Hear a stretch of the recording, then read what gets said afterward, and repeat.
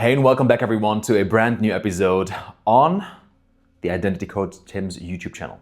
We've covered so far in our little mini-series on identity work and identity architecture, how your identity is being set up. Why, even though you're super smart, you're intellectual, you're into personal development, you read the books, you've done the courses, you've maybe even attended life workshops, went to therapy, why do your patterns, the same old negative patterns, keep repeating?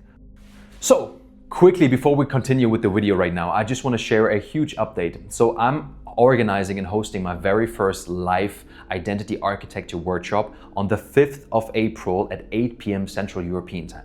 This online workshop will cover everything that we've been through so far on this little video series and on all of the content that I'm putting out on my social media, on my podcast, and here. We will cover topics such as why you keep repeating the same patterns even though you know better, even though you're doing already the right things and you're an intellectual being like you are, right? All of this, if you're interested in learning about identity patterns, belief system reframing, and the core principles of identity architecture that keep you reliving the same reality that you are living, make sure to check out the first link in the description, which will lead you to the registration page. Registration is limited, so make sure to grab your seat. I see you all on the 5th, and have fun with the rest of the video. Peace. Right? In this little series we covered so far in the last 5 videos, what the self-concept is, right? What the idea of I am, who am I, what the idea of you is actually really about, how this self-concept is being created. We've talked about the underlying mechanisms, the biochemical mechanisms that your brain keeps repeating and following when deciding on what the environment is that you need around you to maintain the same old system. We've talked about repeatability and predictability, right? We talked about that your brain does not care what is good for you, it cares what it can maintain, what it can keep reproducing. On the other hand side, we talked about things such as the safety loop, what your brain then does and what your nervous system most importantly does in order to hold you back from actually overcoming those old negative patterns, those old negative habits, right? What it does, what it triggers, what kind of escape or self-sabotage mechanism it triggers in order to keep you in that same place that it knows so well. Last episode, we talked about the identity reversal principle, how in that entire chain and framework of how your identity is being set up, what happens when a trigger comes in, how you can act upon it, build a new behavior by then, and through that, reconfirm a new identity through evidence. We've learned that you can take out in the middle part the behavior. You can act upon a new identity that you desire by simply implementing a new behavior before your nervous system has even confirmed the new identity. So it's really interesting to see that. If you haven't, check out the last video in that series because it all connects, right? In today's episode, we go a layer deeper because now you know what it takes to change. You know that you have the power within your control, within your hand, that you can act upon a new behavior and a new identity, the version of you that wants to live a happy life, the version of you that wants to attract healthy partners, the version of you that wants to attract success in business, in career, development, a happy marriage. And you know that you just have to start acting like this version of you before your nervous system has even adapted it, right? This kind of took you out of that loop of thinking, okay, I need to become this person in order to be or do the things that this person would do, right? So in this series, right now, today, we're going to talk about the inner conflict. This is when you know what's happening. You know what to do. You act upon that new behavior. You act upon that new identity. But why is it so difficult for you to why are you resisting? Why is it so difficult for you to maintain these patterns? There's a specific reason behind that. Because as we're going deeper, layer by layer by layer of that little onion that you call your self-concept, your identity, we uncover that there are deeper mechanisms that are happening and that are at play. And this is actually one of my favorite parts in this series because my specialty as a coach is in parts work and identity work. And this is exactly what we tickle a little bit today. Because when we try to instill a new behavior, everything works as planned. But in the back of our mind, our subconscious programs, whenever we might have a good day, we might have a good week, but all of a sudden that momentum starts cracking and leaking because that inner part of you, there's inner parts of you that are screaming and that are kind of like panicking, right? And this is exactly what is happening on a basis. Why you don't actually maintain the success that you have is simply because there's inner parts of you that are pulling on two opposite sides into opposite directions, and that's what we call inner conflict. So welcome to today's episode. That was a long entry, right? But we're here to learn, we're here to evolve, and we're here to just, become more than we were yesterday. I always get asked, why should we evolve? Into what should we evolve?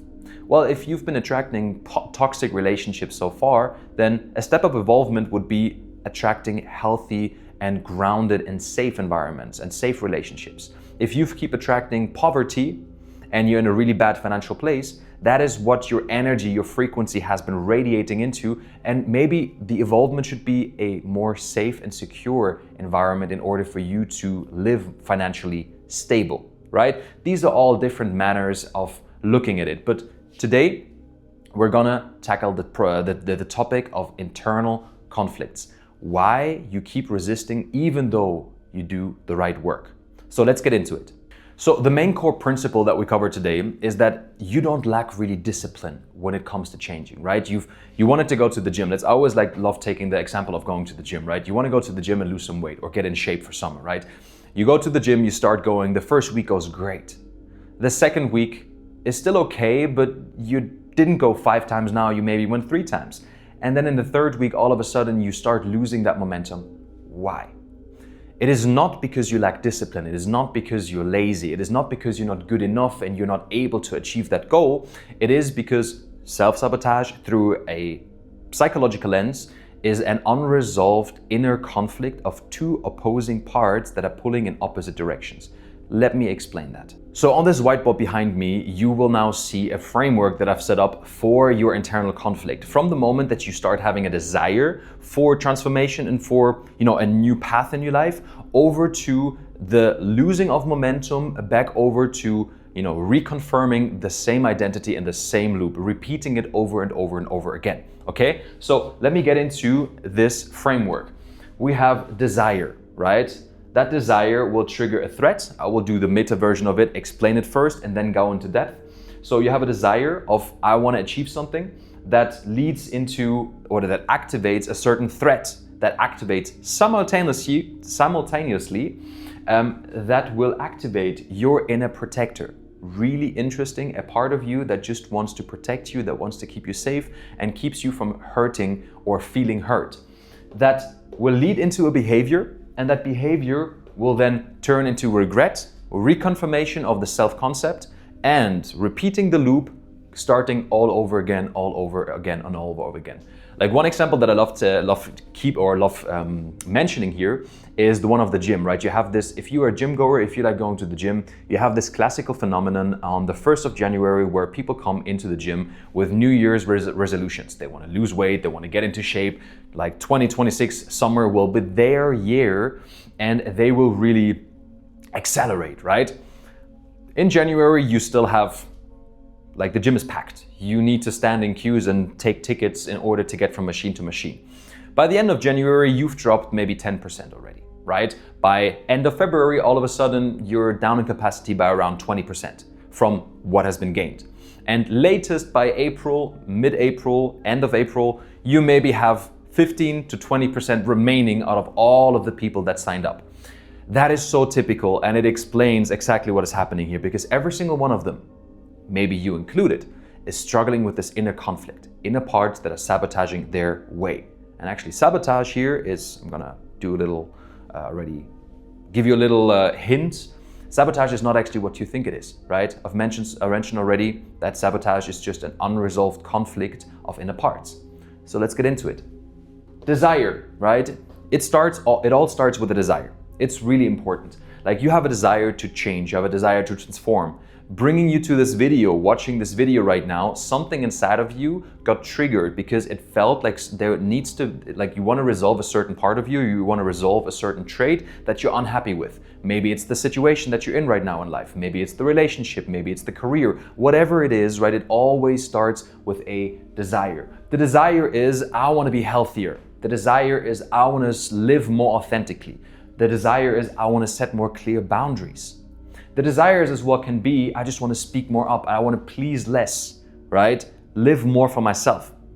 A lot of times there, the problem already starts because I say we because I have been struggling with the same thing. If you have had desires and you have kept over the years not fulfilling these desires, you already have a stance towards realistic stance towards the expectations that you have around fulfilling these desires that are already a predictor of you not pulling through because you think, I won't manage it anyways, right? But that desire simultaneously, when you say, I want to get fit, let's take that for example, I want to get fit. Simultaneously, a lot of times this desire will trigger a threat. This threat is the different part of you, the inner protector. Now, I open brackets, parts work is understanding and stating. It comes from inner family systems, and parts work from Schultz von Thun in NLP work comes from the idea that your identity is not one sole voice. It is actually many multiple voices that you have inside of you that come up in different situations. In situations when you're happy, when you're safe, when you're loved, when you're in danger, when you're under stress. These voices happen simultaneously. You maybe even notice them with different voices, different characteristics, a different strength, a different dominance that you hear within them. The soft and loving part inside of you usually has a different voice, speaks softer, speaks slower, speaks more lightly. And the one that wants to get things done because you again went in the same corner and you're stuck now and you kind of have to micromanage your way out of your situation speaks louder, speaks more dominantly, right? That's parts work. Let's keep that concept open and continue. So with a desire, a threat opens up simultaneously.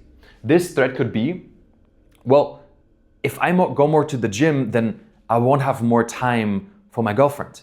I will neglect my personal time. I will neglect my work, right? If it is, for example, speaking more authentically or stop people pleasing, the threat that would activate right away would be, well, but what if I'm not going to be liked then anymore? What if I speak up? Then maybe I will get rejected, right? These threats are real and they're putting you under pressure because at the same time, you now have a desire fighting against a threat that are being activated. So you have two parts now all of a sudden there, one pulling you towards personal transformation, success, the other pulling you towards, no, I don't want that. Because if I do that, I might lose something. I might get rejected, it might be shameful, I might get hurt. And all of this is happening subconsciously and within seconds. So when that threat and desire incongruency happens, that tug of war begins, your nervous system activates the protector.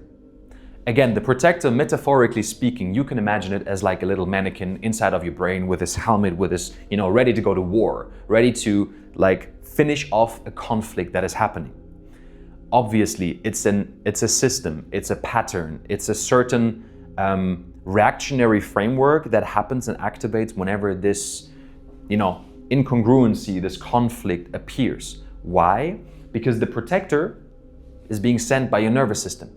Your nervous system finds out that here we go from parasympathetic nervous system to sympathetic nervous system, and it's like this tension, this pressure. The protector only wants to protect you. It sets forwards with its helmet, with its shield, and with its sword to say, I'm going to protect you. I'm going to do whatever it takes to protect you, right? So 3 common protectors that most people, you included, me included, deal with on a daily basis are the avoider, the pleaser, and the controller. The avoider fears rejection. So The avoider usually comes with then statements such as, going to the gym, maybe tomorrow, I have a lot of work on my plate today. Maybe later, right? When it comes to communicate or people pleasing, for example, it says, well, let's actually not like do this thing right now because it feels right to do for him, right? And then later I will start setting boundaries, right? Not right now.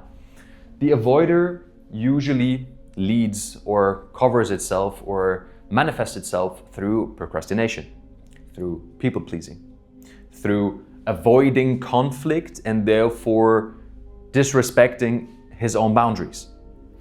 The pleaser is, let me just do it for you, right? I don't want to be hurt again. I've maybe had in my childhood or in my first relationship, I've been broken up with, and it's not a really fun thing. So this feels like I could get into conflict with someone, and I don't want conflict. I just want peace. I just want to be happy, right? I just want to make you happy by neglecting my own needs and by neglecting my own desires and my own ground rules, right?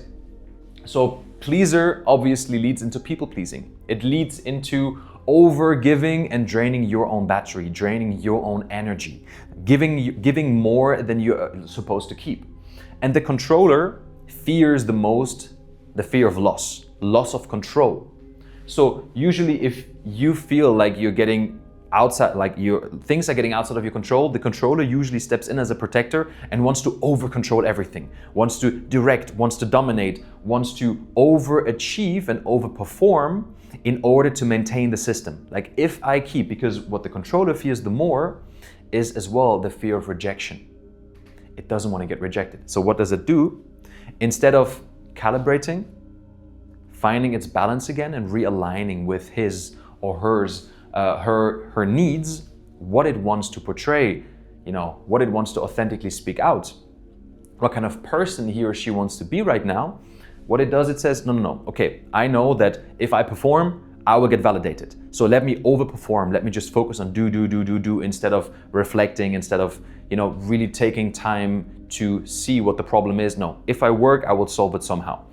The controller obviously leads into overperforming, overworking, the opposite basically of the avoider, but these are the common protectors that are coming in. Protector, again, metaphysically or metaphorically speaking, imagine it as this little guy that just wants to protect and solve you, because solve the problem. Because we said in your nervous system, it wants to repeat and it wants to predict the outcomes. If this outcome is new, if this outcome is not what it's supposed to know, it feels danger. Danger usually gets sent out in form of hormones, in form of a feeling of anxiety, of panic, of discomfort. And this discomfort then, even though the relationship might be healthy, even though that new action or that new activity that you want to start that might help you is good for you, it feels like, I'm not sure if I want to do this. I don't know if I have time for this. I don't know if I have time to go to the gym, man. Like, I have so much other things to do. I gotta clean up my life. Let's actually not go to the gym. Let's do it at some later point, right? So then, all of a sudden, that protector kicking in activates a behavior. This behavior results then in people-pleasing, self-sabotaging, over-controlling, neglecting his and her own needs. So this behavior then, whatever happens, like I just mentioned, I don't know if I have the time, I don't know if I want to go to the gym, if I speak out right now, I might get rejected, so let me just keep quiet, let me just fit into the group again. Or if you want to set boundaries, well, but what if this person will leave me? I don't want to get left. I don't want to get left out. I don't want to be hurt again. So instead of getting hurt, I prefer just being nice to that person again and not really stick to my own boundaries and my own layer of like my authenticity. I don't want that. So I self-sabotage myself. I people please. I overcompensate. I neglect my own needs and desires, which then again leads to regret. And regret is then the most powerful part here that will keep this entire cycle repeating over and over and over again.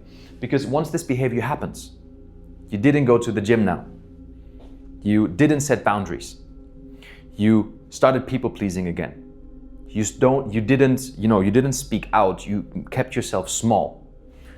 The regrets is then your own mind coming with the I am conceptualizations of your identity to revalidate them.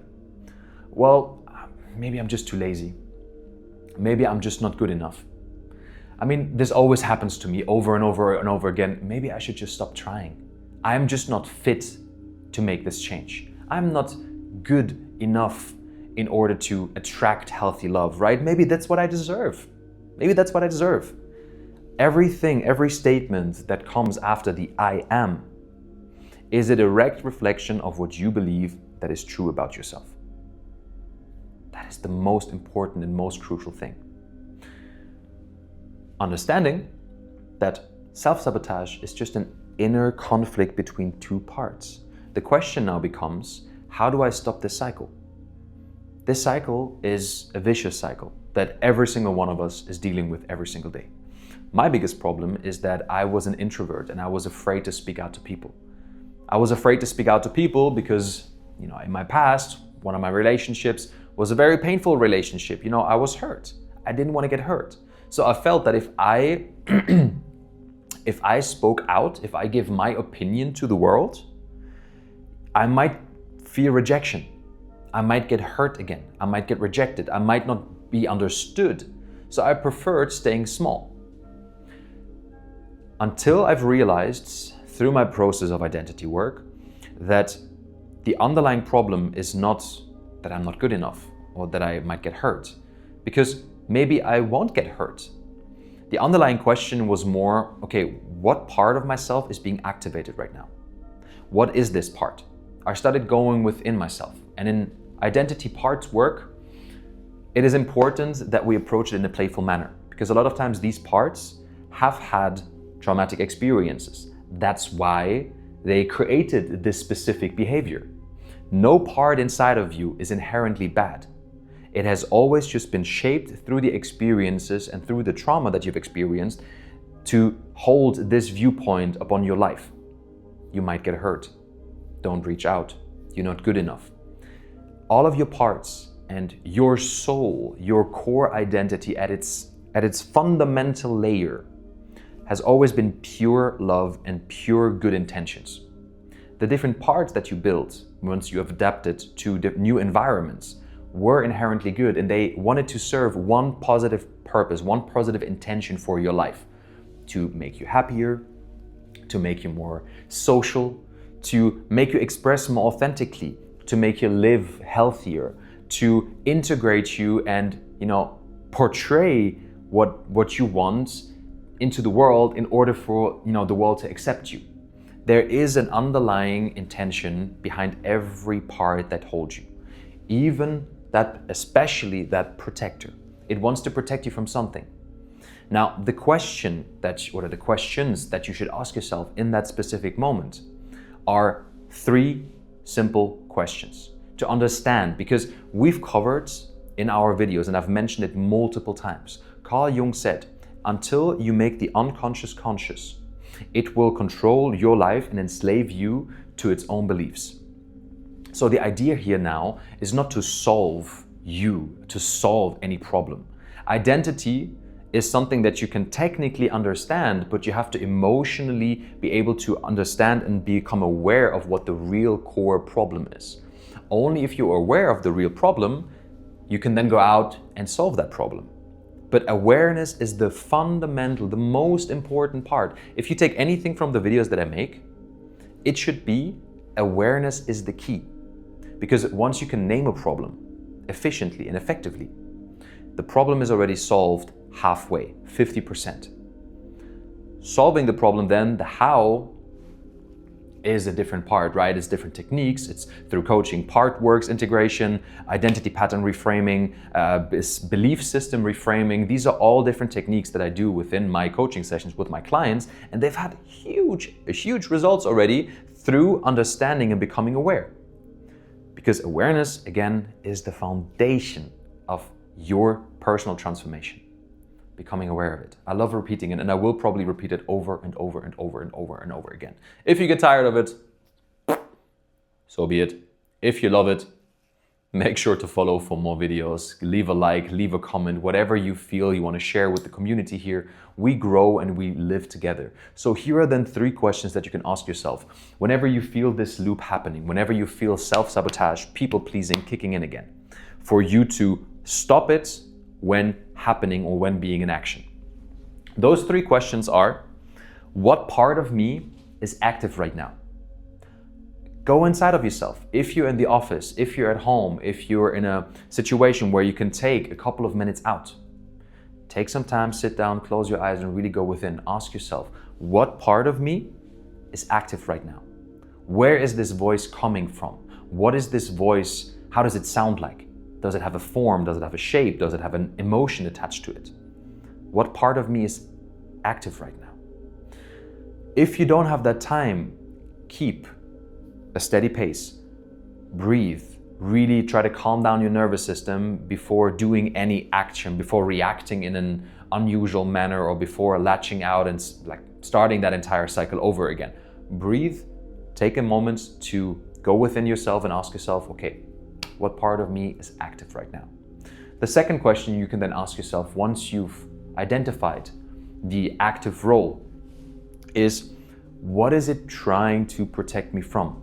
You might be really, really, really surprised when you find out that obviously you know that you have an underlying feeling of not being good enough, or you have a feeling of not wanting to get hurt. It crossed your mind, but you've pushed it back into your subconscious because that experience holds so much negative emotional input and value that you don't want to feel it, so you push it back.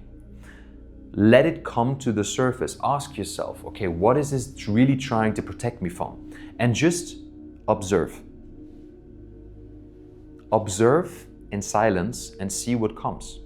Maybe you get thoughts, maybe you get pictures, maybe you get words, sounds, maybe you feel certain emotions that come up. Observe what is happening and let it come up slowly. You don't need to bring it all up, but just sense what is happening. Is there maybe a picture of you when you were a teenage boy or teenage girl that got cheated on or heavily dumped by your partner? Was it maybe, a bully in school laughing at you, bullying you, or saying bad things about you in front of the entire class and the class laughed? Is it maybe your last current relationship that's left you for someone who is fitter, someone who is, better looking? What underlying thought and emotion comes up when you think about this? Because if you don't become aware of what is happening, you give room for its repetition. You just let the cycle play. Make it aware. Ask yourself. It's a painful process, and I understand if you don't want to do that for yourself, get yourself a coach. Go to a therapist. Let them be in, because we are professionals. We are professionals in this field, right? We work with the different parts to emphasize and uplift them, to give them a stage, to give them a voice, to be seen and to be heard. And then through processes, systematic processes, we work through those different parts in order to give them slowly more space on your table, on your big round table, on your stage. So you integrate them into your life instead of rejecting them, pushing them back because they're hurting so much, right? So second question, what is it trying to protect me from? The third question is then, what does it believe would happen if I changed? Again, this going back to observing. What does it want from me? What is it trying to show me? What is it trying to, unveil to me? Is it because I was hurt? Is it the voice of my parents that I couldn't understand? Is it a feeling of not being good enough because I was rejected by certain people over and over again? Is it some childhood trauma? You only need to know it. You only need to know what is happening in order to become aware of it, right? I mean, there's a certain layer of feeling through the emotion in order to release the emotion, but that is on a later stage. You don't need to worry about that right now, right? Becoming aware of it is the first step, because then logically, without going too much into the emotion, you can start pinpointing the layers that created this part, this protector, this hurt lover, this unable and dignified or decredibilized, that's not even a word, the king that was taken away his power, the warrior that got his shield broken, or the magician that was told that he is not good enough and he will never be a magician in the first place. What is it? What is it holding you back from? And from there, you can start resolving this internal conflict. Because with the identity reversal principle, you already have the key to instilling a new identity before it starts happening. But as long as you don't resolve the inner conflict, you will start taking on a new identity with the same underlying patterns. Because patterns need to be resolved in order for them to be transformed, transmuted, or given a new stage, right? If not, it's just putting on a mask. And this mask in the first place is not serving you, it's not helping you, it's just, trying to smile at a cocktail party that you really don't want to be at. That smile at a certain point won't be authentic enough anymore.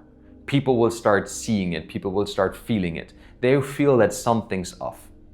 We're all a spiritual being living a human experience, and if everything is energy, frequency, and vibration, then obviously that energy that you're emitting, that energy that other person is emitting, smiling while actually deeply inside wanting to cry or wanting to just get off, will come out because you feel this energetical frequency in the room. You don't know where it's coming from, but you feel that it's coming out of this direction from this person that you're looking, or even from you, right? So there is no point in putting on a mask. There is absolutely no point in putting on a mask, because at a certain point that mask will drop, or it will crumble, or it will break. And what gets revealed is not pretty, man. Not pretty. And I know this is something obvious for you, right? And I know this is something maybe very uncomfortable for you, but this is the truth of the matter. Identity work is exactly this. It's uncovering, and in my mind, my purpose of doing this, video channel, this YouTube channel, bringing light into the darkness, giving this unknowingness, this abstract, it's my subconscious, it's like my emotional patterns, blah, blah, blah, blah, blah. Giving it a structure, simplifying it, rationalizing it, making it logical. Because the biggest reason why people are afraid of transformation, of coaching, is because the single most important reason why clients won't work with me, even though everything that I present is an evidence of exactly what they want, is because they don't want to feel the emotions that they know that exist, that they know that are there from the past. They don't want to bring them up again. Because logically, it makes sense why they want to change. Everything in their sense makes, like, you can tick off all of the 120 boxes, but you don't want to feel the emotions, because emotions are what is really, letting us vibe through life. But imagine or ask yourself that one question, no matter what age you are right now. Let it be 20, 30, 40, 50, 60, 70. How long have you been living with this feeling? And how long do you still want to live with this feeling? Have you come to a point where you're now 60 and you've been dealing with this pain for 50 years? So you say to yourself, well, I've dealt with it for 50 years. I can do another 20 before I say goodbye to the world. Man, even living a day within pain, living a day within this emotional, turbulence is already horrible. Why would you want to go for a year, 20 years even? I know this sounds very arrogant for me to say, right? And I've gone through my own personal trauma as well, right? I was raised without a father. I've never had a father figure in my entire life, only raised by a mother. So I've lacked self-confidence. I've lacked self-leadership. I didn't know how to talk to women. I didn't know how to express myself properly.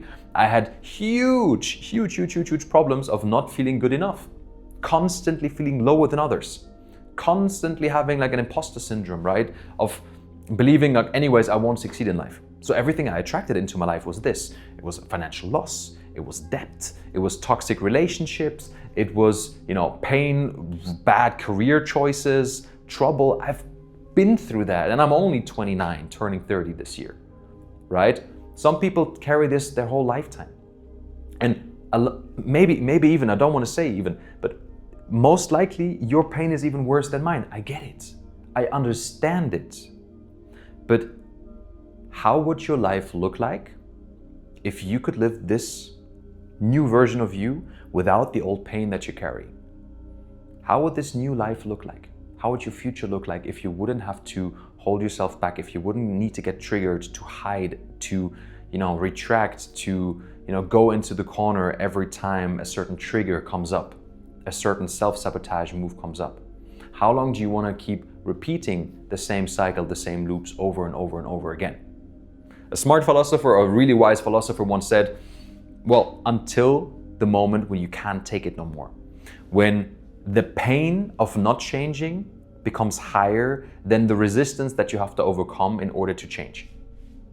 If that is the case, if we learn through that, let it be.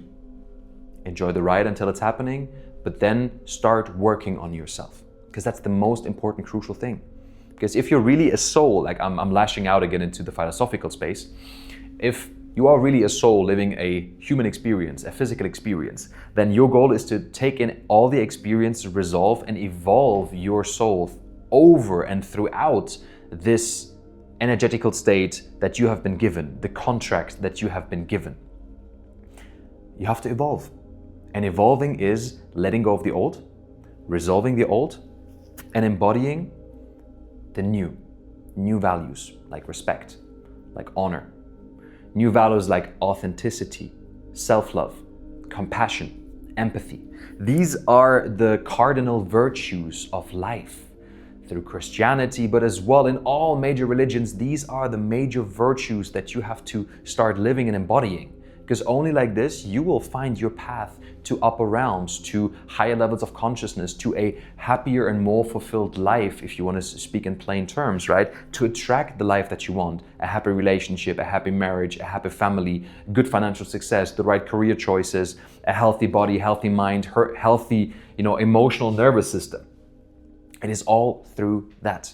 So ask yourself those questions. Ask yourself what you really need, what you really want. What part of me is being activated? And I mentioned it again, I've mentioned it in the beginning of the video.